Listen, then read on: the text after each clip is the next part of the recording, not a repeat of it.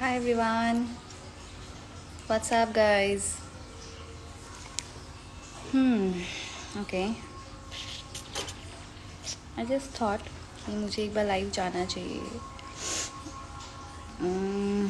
I know many things are going on, like all those videos, chats, जिन्होंने देखे हैं, जिन्होंने ऑडियो सुने हैं, वीडियोस देखे हैं. People are very disturbed. I'm sure about it. Yes, I am disturbed. It's not only and only because Divya. I'm disturbed basically about those जो actually मतलब ये तो मैंने देखा है लाइक आई कुड से मेरे अपने के साथ इतना ज़्यादा हुआ है पर आई गेस हर दूसरे घर पे डोमेस्टिक वायलेंस होता है और ये आज भी इसीलिए होता है क्योंकि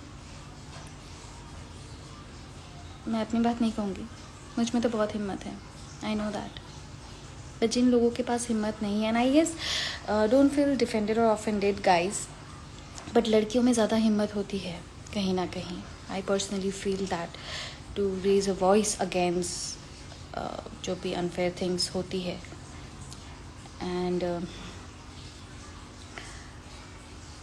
सच्ची बताऊँ तो मैंने डोमेस्टिक वायलेंस बचपन से देखी है बचपन से मैंने देखा है ये चीज़ कहीं ना कहीं हम इतने आगे बढ़ चुके हैं हम 21st सेंचुरी में हैं स्टिल समहाउ बहुत सारे घरों में बहुत सारी जगह में बहुत सारी जिलाओं में मेल डोमिनेटेड सोसाइटी है अभी भी और male dominated society means I feel अभी जो दिख रहा है मुझे इट्स लाइक कि तुम अगर किसी औरत पे हाथ उठा रहे हो उसकी फैमिली को गाली दे रहे हो बाहर एक्स्ट्रा मैरिटल अफेयर रख रहे हो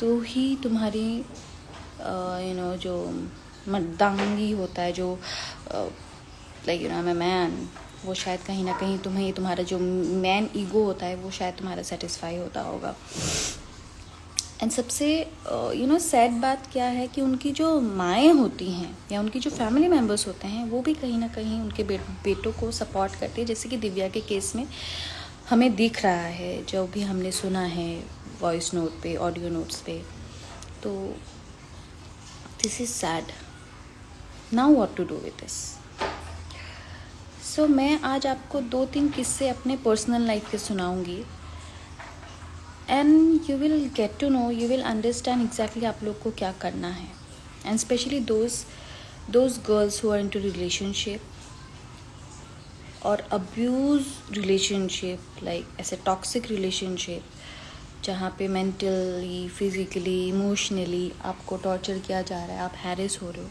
please please please I know जो नेगेटिव चीज़ें होती है ना वो हमें ज़्यादा बांध के रखती है हम निकल नहीं पाते उससे हमें ज़्यादा तकलीफ़ होती है but please think about your lifes because that is more important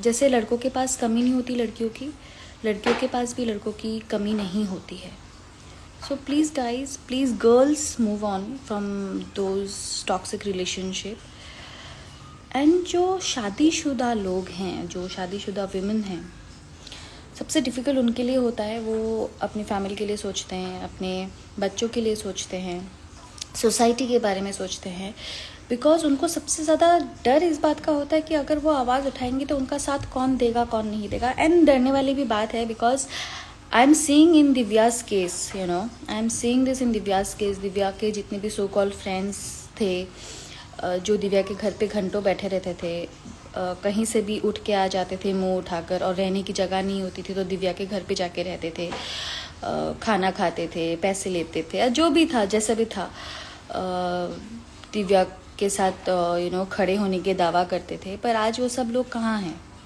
मुझे तो कहीं नहीं दिख रहे हैं मैं दिव्या के साथ उस टाइम नहीं थी बिकॉज दिव्या खुद कट हो गई थी क्योंकि दिव्या को पता था मैं गगन के साथ उसके रिलेशनशिप को कभी नहीं एक्सेप्ट करूँगी बिकॉज आई नो इट कि गगन का मोटिव गलत ही है दिव्या के लाइफ में आने का, बट दिव्या इतनी इमोशनल थी उस टाइम पे, वो समझ नहीं पाई और उसने धीरे धीरे अपने सारे फ्रेंड्स को कट कर दिया था। जो गिने चुने फ्रेंड्स को वो ये सब बातें शेयर कर रही थी, उसमें तो आई गेस ओनली निधि है जो ओपन हुई है, and rest I am not seeing anyone. So I can understand कि जब एक सेलिब्रिटी एक एक्टर के साथ, अच्छा यहाँ पे भी एक बात और ऐड करना चाहूँगी अभी क्या बोलूँ मैं, because I am also working in this industry only, right, but it's a selfish world guys, it's a very fake world। यहीं पे अगर अगर कोई एकदम कोई बड़ा बिगी होता, कुछ बिग शॉट होता एकदम बड़ा वाला, तो उसका पॉटी के कलर पे भी अगर कोई कमेंट कर देता तो उस पर पूरा 100 लोग उठ के आके बोलने आ जाते कि अरे तुमने पॉटी के कलर पे कैसे कमेंट कर दिया, बट सी, तो जो दिव्या के जो गिने चुने जो फ्रेंड्स, सो कॉल फ्रेंड्स थे, स्पेशली जो लड़के फ्रेंड्स थे, है जो भी है, यूजलेस, वर्थलेस, सेल्फिश, मैं कुछ भी कह सकती हूँ उनको।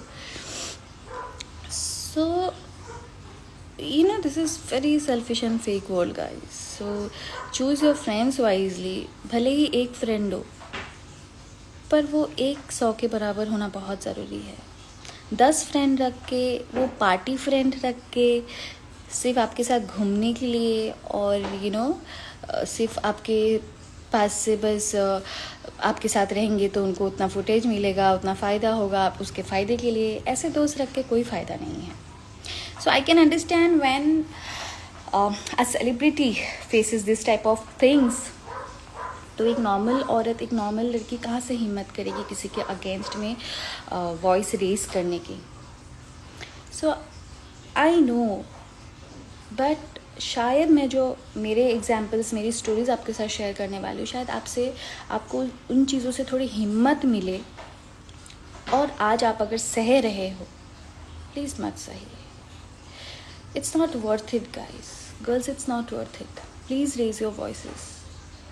हम आए दिन बोलते रहते हैं डोमेस्टिक वायलेंस नहीं होना चाहिए, ये नहीं होना चाहिए, वो नहीं होना चाहिए, बट आए दिन होता है, और आए दिन लड़कियां, औरतें सहती रहती है, in the name of love, in the name of emotions, in the name of family, in the name of society, बच्चों के लिए, पर अपने लिए नहीं सोचती है। Please please, I beg you girls, I really beg you, please please मत सही, आवाज़ उठाइए, बिकॉज आप ये सहने के लिए नहीं आए हो इस दुनिया में।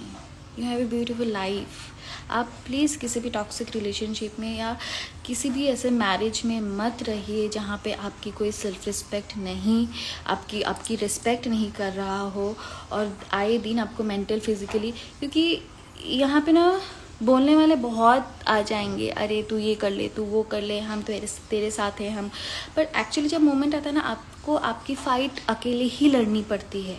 This is the fact, please ये गांठ बांध दीजिए, आपकी फ़ाइट आपको अकेले ही लड़नी पड़ती है। आज मैं दिव्या के केस में भी आई कैन सी कि बाहर के जो सपोर्ट है, जो शायद दिव्या को जानते भी नहीं थे पर्सनली, उनका सपोर्ट बहुत ज़्यादा है, and thank you so much for all the support and love you are showing to us to support Divya.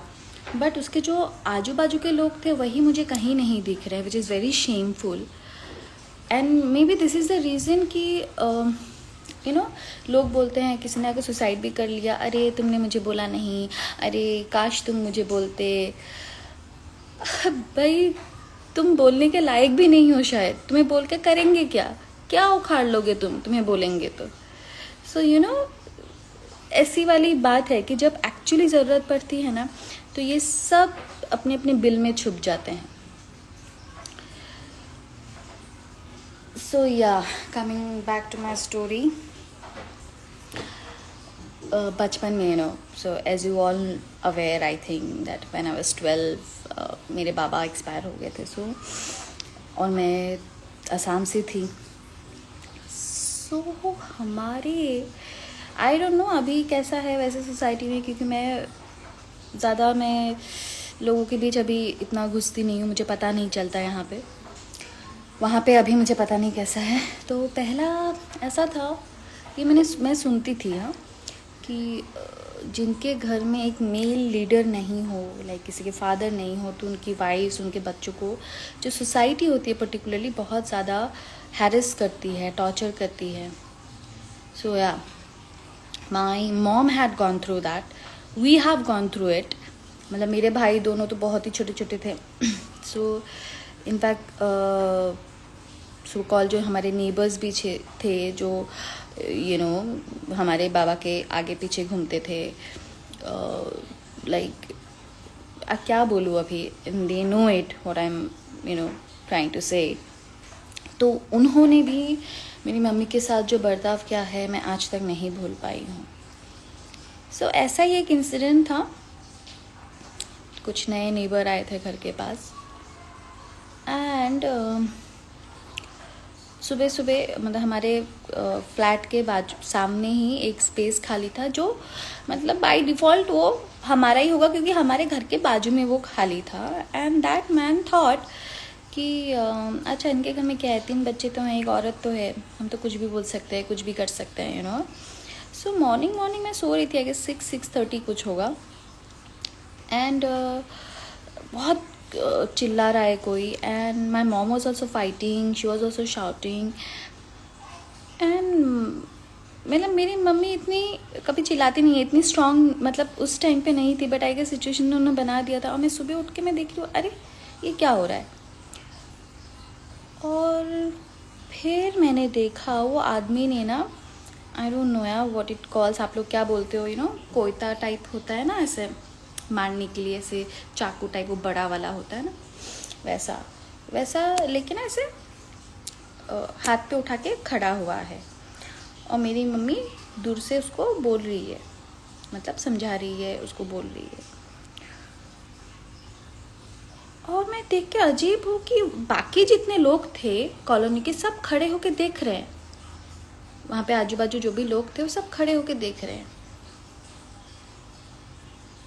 I don't know मेरे अंदर वो हिम्मत, वो ताकत कहाँ से भगवान ने दी, कैसे दी।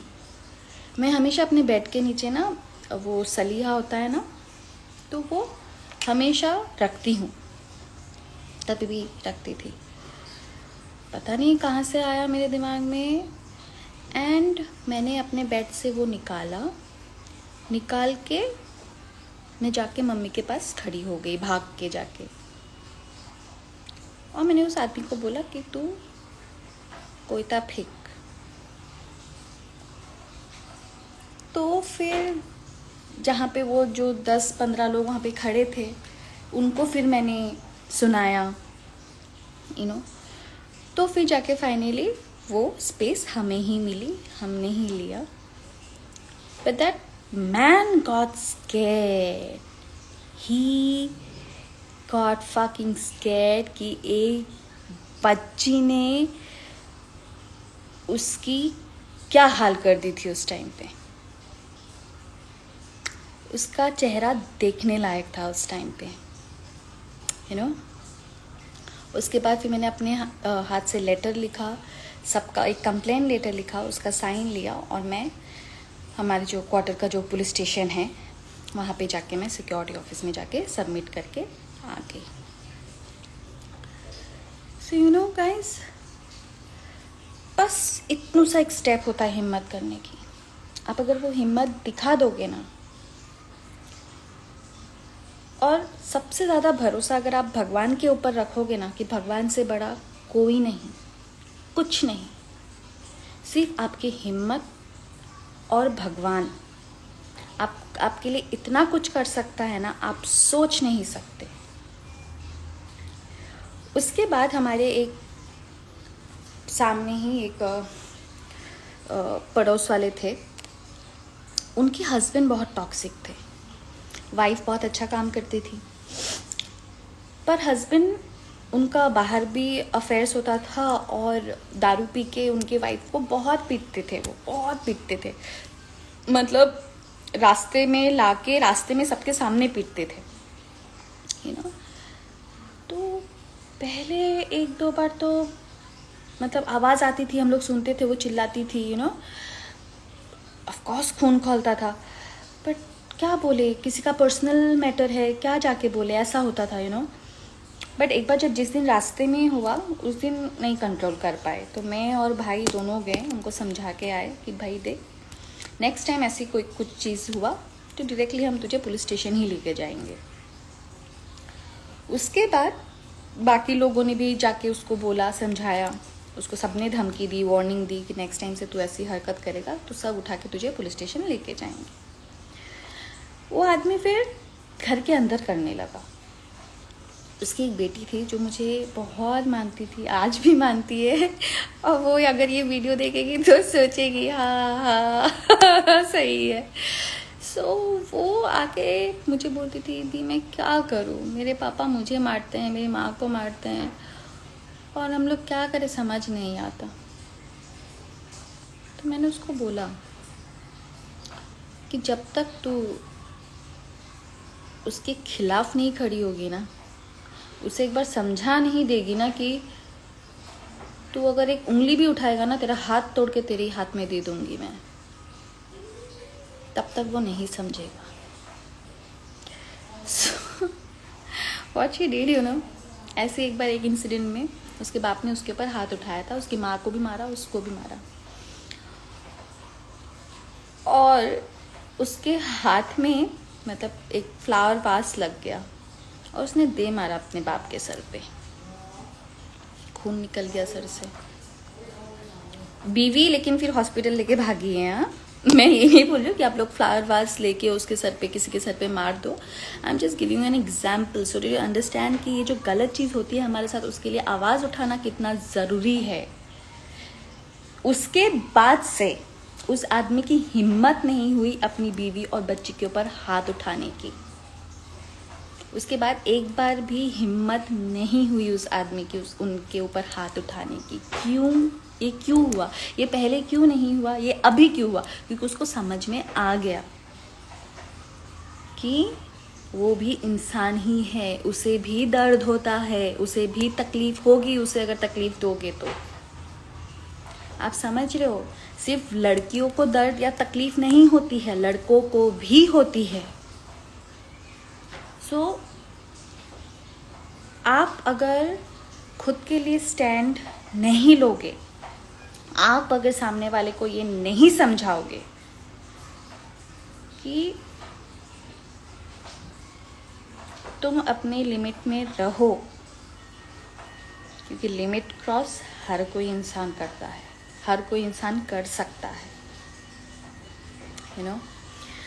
सो दीज आर द एग्जाम्पल्स। ऐसे तो कई सारे मेरे लाइफ में एग्जाम्पल्स है, ट्रस्ट मी, जिसके वजह से शायद ये जो कुछ भी मैंने अपनी जर्नी में देखी है अभी तक की, ये सारे जर्नी की वजह से शायद मैं ऐसी बन पाई हूँ। आई विश ये सब चीज़ें मुझे पहले से पता होती दिव्या के बारे में। सैडली मैं जिस दिन उससे फर्स्ट टाइम मिलने गई थी इतने सालों के बाद, जिस दिन मैं उसके हस्बैंड को भी मिली थी, तो मुझे लगा ही था कुछ प्रॉब्लम है करके उनके बिहेवियर से, बट फिर भी मुझे लगा मे बी ऐसे ही कुछ होगा। बट देन इवेंचुअली धीरे उसने थोड़ा बहुत मुझे बताया, बट अभी जो चीज़ें उसके जो फ्रेंड्स है जिनसे वो बातें करती थी, उन्होंने जब मुझे ये सारे चैट्स भेजने लगे, मेल्स भेजने लगे, ये सब कुछ कर फोटोज़ भेजने लगे, देन आई रियलाइज जो चीज़ें मुझे दिव्या के फ़ोन से मिला। सो दिव्या का प्रॉब्लम क्या था पहले से ही ना, the problem was she was very emotional, you know. उससे अपनी फैमिली की इज्जत, सोसाइटी, ये सब चीज़ों से बहुत फ़र्क पड़ता था। एंड यू नो दैट प्यार, वो मुझसे तो बोला भी नहीं जाता प्यार, because I don't believe in this shit honestly. ये प्यार व्यार कुछ होता नहीं है, सच्ची बताओ तो। सो मतलब relationship and marriage, I don't believe it, and specially after seeing all this stuff, you know. मुझे आप पूछोगे भाई, ऐसा नहीं है कि मैं नहीं शादी करूँगी, definitely I will do it, but I will do it with a man, with not a covered और नपुंसक से मैं नहीं शादी करूँगी। और उस आदमी को भी अच्छे से भली भांति पता होगा कि भाई इसके साथ सीधा ही रहना है, टेढ़ा चलेगा तो उसको मैं टेढ़ा कर दूंगी. सो या सो इसके लिए ना लाइफ में कभी भी कोई भी सिचुएशन आए, कभी भी आप ये मत सोचिए कि आपको 10 लोगों की ज़रूरत होगी. भगवान आपके लाइफ में ना वो 10 लोग अपने आप भेजेंगे. यू नो, आपके साथ अगर भगवान है ना तो आपको किसी की ज़रूरत नहीं है. मैं अपनी पर्सनल एक इंसिडेंट जो मैंने आज तक किसी के साथ शेयर नहीं की है, क्योंकि मुझे ज़रूरत ही नहीं लगा. मुझे एक्चुअली ज़रूरत महसूस नहीं हुआ कभी भी ये सारी चीज़ें मुझे शेयर करने की. But you know I realised it so far तभी. वैसे भी मेरे बहुत लिमिटेड फ्रेंड्स हैं. मैं कहीं बहुत ज़्यादा पब्लिक प्लेसेस में पार्टीज करने भी नहीं जाती. मैं ज़्यादा लोगों से इतनी घुलती मिलती नहीं हूँ, because I know somehow it's a fake world. और मुझे उन चीज़ों से थोड़ी लाइफ में प्रॉब्लम है. तो इसके लिए मैं मेरे जो गिने चुने दोस्त हैं जिनके साथ मैं एक्चुअली शेयर कर सकती हूँ कुछ, सो या इसलिए मुझे बहुत तकलीफ़ होती थी जब मैं और दिव्या बात नहीं करते थे, बिकॉज मुझे ऐसा लगता था I was missing something in my life. और अभी जब शुरू हुआ था and I fail so good, मुझे ऐसा लगने लगा था कि ओ माई गॉड, थैंक गॉड. मतलब तभी भी मुझे ऐसा होता था कि हम लोग, ऐसा नहीं कि हम लोग एकदम बात नहीं करते थे, हमारे बीच बीच में मैसेजेस में बात होती थी, कॉल पे बात होती थी, बट ये सब बातें कभी नहीं हुई थी. सो बट कभी जा ही नहीं पाई because of her husband, you know. तो बट जैसे कि 2 साल पहले जो ये पूरा इन्वेस्टिगेशन चल रहा था वो केस के ऊपर, पुलिस वाला and everything. So you all guys know कि किस तरीके से वो दिखाया गया था, क्या दिखाया गया था. So it was just an inquiry, it was just an investigation, जहाँ पे मुझे सिर्फ क्वेश्चंस के जवाब देने थे, मुझे क्लैरिफाई करना था चीज़ें, राइट. बट उन चीज़ों को 360 डिग्री टर्न हो गया था, जहाँ पे कुछ भी सच नहीं था, कुछ भी सच नहीं था, 1% भी सच नहीं था. पर फिर भी कितनी सारी चीज़ें वहाँ पे अपने हिसाब से सबने लिख लिख के, बोल बोल के सब कर दिया था, सारे मीडिया वाले ने. मतलब मैंने हर किसी का न्यूज़ देखा है, हर किसी ने अपनी स्टोरी एक अलग तरीके से बनाई है. पर आज जहाँ ये सच है, जहाँ पे एविडेंसेस हैं, जहाँ पे एक्चुअली आवाज़ उठानी चाहिए, वहाँ पे मुझे कोई नहीं दिख रहा है, कुछ नहीं दिख रहा है. You know, I hope you can understand जो मैं कहना चाह रही हूँ. सो क्या एक न्यूज़ बनाने के लिए और सच को बाहर लाने के लिए एक फेस होना ज़रूरी है, कि उस चीज़ में सच्चाई होनी ज़रूरी है? It's a very important question to think about it. उस टाइम पे भी अच्छा, तो वहाँ पे तो मुझे पता नहीं था कि मीडिया ने इतना हंगामा कर दिया, बिकॉज वहाँ पे मुझे किसी ने बोला था, एक ऑफिसर ने मुझे बोला था कि देखो तू इधर ही रह, ऐसे मीडिया आ जाएंगे, तू बाहर ऐसे मत निकल, ऐसे प्रॉब्लम क्रिएट होगा. मैंने कहा ठीक है, बट एक क्वेश्चन की वजह से मुझे बुला लिया गया था ऑफिस के अंदर. And then I came to know about कि क्या हुआ क्या नहीं हुआ. So I broke down, you know. मेरे लिए वो बहुत शॉकिंग था वो सारी चीज़ें जानना. So I broke down there and then I came to the place, अलग से जहाँ पे रूम था वहाँ पे आके मैं बैठी. तो टिल द टाइम बीच में वो पूरा मीडिया का था and I was not in state. And also मुझे लगा नहीं था कि मैं कुछ इंटरेक्ट करूँ नहीं करूँ, बट उन्होंने अपने अपने हिसाब से स्टोरी बना के सब डाल दिया था, बिना वेरीफाई किए, बिना जाने. ओके, उस टाइम पे आप किसे एक्सपेक्ट करेंगे कि आपके पास कोई हो नहीं हो? वही ना जो आपके साथ दिन रात बैठते हैं, उठते हैं, खाते हैं, पीते हैं, पार्टी करते हैं, राइट. बट उस टाइम पे मेरे साथ वो लोग थे जिनसे शायद मैं 1 साल में 2 साल में एक मैसेज करती होंगी. Surprising, right, shocking. हाँ, बट उस टाइम पे मेरे साथ वो लोग खड़े थे जिनसे मैं हार्डली इंटरेक्ट करती होंगी, जिनसे मैं हार्डली मिली होंगी, दे वो देयर। और जो लोग रोज़ मुझसे मिलते थे, रोज़ पार्टी करते थे, वो लोग अपने अपने बिल में छुप गए थे, गिविंग मी द एक्सक्यूजेस, अरे हमें लगा आप कहीं डिस्टर्ब नहीं हो जाओ। अभी ऐसे लोगों को मैं गाली नहीं दूँ तो मैं क्या करूँ बताओ? गाली तो मुझे भी आती है ना, इंसान ही हूँ मैं। तो अच्छा, वही चीज़ अगर तुम्हारे घर पे होता ना, you claim that you are best friends, you claim that you are sisters, you claim that you are daughter, you claim this, you claim that, bloody idiots. अगर एक्चुअली में तुम्हारी फैमिली में वैसा ही कुछ हो जाए तब तुम क्या करोगे? ये सोचोगे कि वो इंसान सामने वाला डिस्टर्ब ना हो जाए, इसके लिए तुम पूछोगे नहीं? तुम मुझसे अगर बड़े भी हो ना, तो भी कहीं ना कहीं तुमसे ज़्यादा एक्सपीरियंस है मेरी लाइफ की। तो मेरे सामने तो ये कभी क्लेम करना मत कि मैं तुम्हारी वेल विशर हूँ, दोस्त हूँ। एक्चुअली मुझे फ़र्क नहीं पड़ता। And that was the time जहाँ से मुझे एक्चुअली फ़र्क पड़ना बंद हो गया। सो आई एम टेलिंग यू, वो एक टाइम था जहाँ पे मेरी मम्मी और मेरे भाई न्यूज़ में देखा तो सब हड़बड़ा गए, राइट, कि क्या हो गया क्या हो गया। एंड आई डिडंट नो कि न्यूज़ पे चला गया था, मैं तो वहीं पे बैठी थी। So I was not aware only कि मेरी दुनिया तो इधर 360 डिग्री पलट गई है, अलट गई है। एंड देन वहाँ देख लो मेरी मासा, मेरा कज़िन भाई, लाइक अंडरस्टैंड, मेरा भाई खुद, मेरा जो कज़िन है वो लॉयर है, तो मैंने उसको तक कुछ नहीं बताया था, बिकॉज आई नो कि हाँ यहाँ पे कुछ है ही नहीं, हो जाएगा सॉर्ट, मैं क्यों घबराऊँ, घबराता कौन है? जब कोई गलत होता है तब वो इंसान हड़बड़ाता है, घबराता है। मैंने उसको नहीं बोला, he was shouting at me, अरे तूने मुझे बोला क्यों? मैंने कहा मैं क्यों बोलूँ भाई, जब कुछ हुआ ही नहीं तो मैं क्यों बोलूँ? I can fight with this, क्या है? सो उसके बाद मेरा फ़ोन ऑफ हो गया था, बिकॉज दिन भर वहाँ पे बैठी थी मैं, तो चार्ज नहीं कर पाई, तो मेरी मम्मी से मैं कनेक्ट नहीं कर पाई थी। उस दिन रात को मैं आई गेस 1:30-2 बजे आई, जिस दिन बाकी सब अरेस्ट हो गए थे, सब हो गए थे, मैं 1:30-2 बजे रात को आई घर पे। एंड आते ही फ़ोन ऑन किया तो देखा कम से कम 100 मैसेजेस, कॉल्स, बट वो सारे मैसेजेस और कॉल्स मेरे उन लोगों के थे जिनसे मैंने कभी उम्मीद ही नहीं रखी थी। You're getting my point. Please understand what I'm trying to say and help yourself.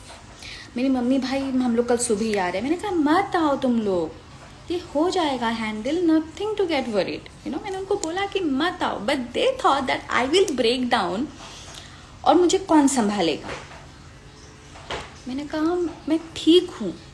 And thankfully that time मैं ये खुद को रोक नहीं सकती, I have to tell her name, that is Nirusha ji. So Nirusha ji referred Falguni ji to me, and Falguni ji को उन्होंने बोला कि आप इस लड़की को देखो, संभालो, and Falguni ji contacted me. So she was like an angel to me that time.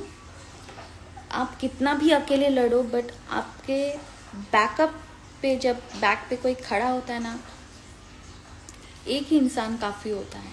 So that was Falguni ji for me at that time. And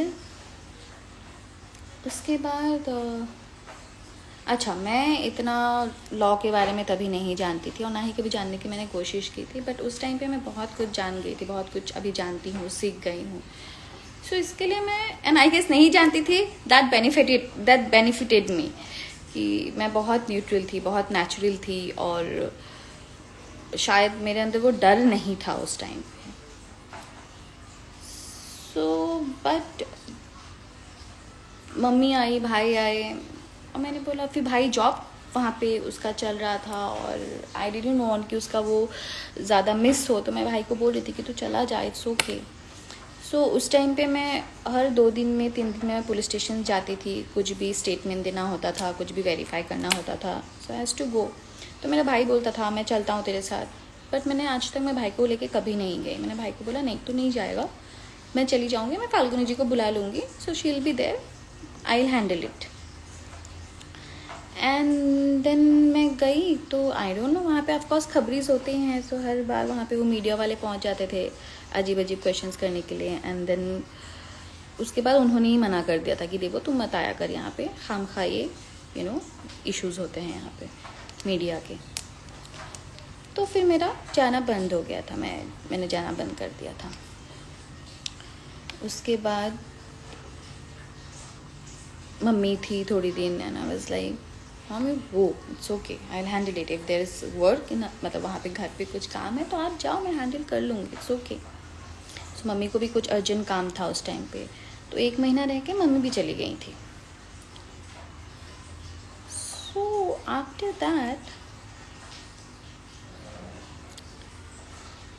सबको ये जानना था कि मैंने अकेले वो टाइम कैसे फाइट किया। बट मैं सच बताऊँ, मुझे फ़र्क ही नहीं पड़ा। In fact I fail so good about it, because मैं एक बात समझ गई कि आपकी मदद आप जब तक खुद नहीं करोगे, आपकी लड़ाई आप जब तक खुद नहीं लड़ोगे, कोई नहीं आएगा। और जिस दिन आप उतनी इंडिपेंडेंट हो गई, फिर आपकी ज़रूरत दुनिया को होगी, दुनिया की ज़रूरत आपको नहीं होगी। एंड स्पेशली जो फेक फ्रेंड्स हैं आपके, जो आपके सेल्फिश फ्रेंड्स हैं, वो जब आपके लाइफ से कट हो जाएंगे ना, आपकी लाइफ वैसे ही अच्छी हो जाएगी। सो यू नो गाइस, हमारे अंदर इतनी ताकत है ना, इतनी क्षमता है ना, कि आप सोच नहीं सकते। बस उस शक्ति को, उस ताकत को, जैसे हर एक चीज़ को नर्चर करना होता है ना, वैसे ही आपकी शक्ति को, आप उस चीज़ को जानो। आप एक आवाज़ उठाओ, आप एक बार आवाज़ उठाओ, आपको दिखेगा कि सामने वाला, अगर सामने वाला का पिच यहाँ पे है और आप यहाँ पे हो, आप यहाँ से एक कदम यहाँ पे आओ, ये सामने वाला यहाँ से यहाँ आएगा। और या तो फिर ऐसा हो जाएगा, या तो फिर इक्वल हो जाएगा, या तो फिर ख़त्म। बट इनमें से कोई एक घुटेगा नहीं या मरेगा नहीं। Hope you are getting it guys, what I am saying. क्योंकि मैं बहुत टाइम से सोच रही थी आप सबके साथ बात करूँगी, शेयर करूँगी, बट सिचुएशन इज़ सच कि मैं शेयर नहीं कर पा रही थी, तो आज सोचा मैं कर लेती हूँ।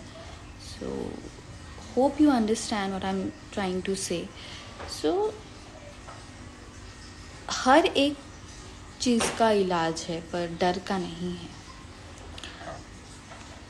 सो आपके डर से आपको खुद को ही लड़ना पड़ेगा, और जब आप लड़ोगे ना, तो आप जीतोगे ही। बस खुद पे भरोसा रखिए, भगवान पे भरोसा रखिए, और अपने कर्मों पे भरोसा रखिए। अगर आपके कर्म अच्छे हैं, आपके इंटेंशंस अच्छे हैं, तो आपको दुनिया की कोई भी ताकत नहीं हरा सकती है। आपको 100 लोगों की ज़रूरत नहीं है आपके साथ, आप अकेले काफ़ी हो। और आपके पीछे अगर एक सही आदमी हो ना, तो पूरी ज़िंदगी आपके लिए काफ़ी है। सो अंडरस्टैंड डोमेस्टिक वायलेंस, उसके लिए प्लीज़ प्लीज़ प्लीज़ खिलाफ स्टैंड लीजिए। जिनके साथ हो रहा है, सोशल नेटवर्क मीडिया इतना स्ट्रॉन्ग है आज के दिन पे, कोई भी इंसान 2 मिनट में एक्सपोज हो सकता है। तो प्लीज़ एक्सपोज दोज पीपल। ये जो हम इतना इंस्टाग्राम, फेसबुक, ट्विटर में हम चैट्स डाल रहे हैं, वीडियोस डाल रहे हैं, it is only and only because कि दुनिया को पता चले कि एक्चुअली क्या होता है डोमेस्टिक वायलेंस, कैसा होता है डोमेस्टिक वायलेंस। एक औरत, एक लड़की किस तरीके से एक सिचुएशन से गुज़रती है बिना कुछ बोले, बिना आवाज़ उठाए। ये तो सिर्फ दिव्या है कि आज हम दिव्या के बारे में बात कर रहे हैं, पर ऐसे कितनी सारी लड़कियां और औरतें होंगी जो आज भी घुट घुट के जी रही है और वैसे ही मर जाएंगी, और कोई आवाज़ उठाने वाला नहीं होगा। सो प्लीज़ प्लीज़ प्लीज़ आवाज़ उठाइए। This is my humble request, I beg you girls, please आवाज़ उठाइए, प्लीज़ एक्शन लीजिए। कोई भी साथ नहीं होगा ना, आपका साथ भगवान देगा। प्लीज़ प्लीज़ प्लीज़ हिम्मत दिखाइए और आवाज़ उठाइए। We really need to think about it. बहुत सारे पढ़े लिखे लड़कियां हैं जो डोमेस्टिक वायलेंस के शिकार बने हुए हैं, जिन्हें मैं पर्सनली जानती हूँ, but they have taken their own decision, they moved on in life, they left that man behind. At least उतना कीजिए खुद के लिए, एटलीस्ट उतना कीजिए। खुद की सम्मान, खुद का जो विश्वास है उसे मत तोड़ने दीजिए किसी भी एक ऐसे इंसान को जो कि मर्द कहलाने के भी लायक नहीं होते हैं, वो नपुंसक होते हैं। So please guys, please please, जो मैं बोल रही हूँ इस बात को समझें, इस सेंटिमेंट को समझें। एंड यस, लास्टली मैं एक रिक्वेस्ट करना चाहूँगी, प्लीज़ मेरे वीडियोस यूट्यूब में डाल के मोनेटाइज मत कीजिए। This is a very sensitive issues and please understand the purpose behind the videos I am making, और मैं जो भी बोलती हूँ, so please respect that, respect women, respect their sentiments, respect what they have gone through, और उसके लिए please fight कीजिए। दिव्या जैसी लाखों दिव्या होंगी जो आज भी हर एक दूसरे घर में ये सफ़र कर रही है। प्लीज़ ये सफ़र मत कीजिए, इसके खिलाफ आवाज़ उठाइए। आप उठाएंगे तो ही, बोलते हैं ना कि help yourself first, then only God will help you. So please, so yes, I try to share few more things with you guys, पर अभी मुझे लेट हो रहा है, अभी मुझे जाना है। And soon I will come and I will share more things, but till that time please take care. और जो चीज़ें मैंने आज शेयर की है आपके साथ, प्लीज़ सोचिएगा।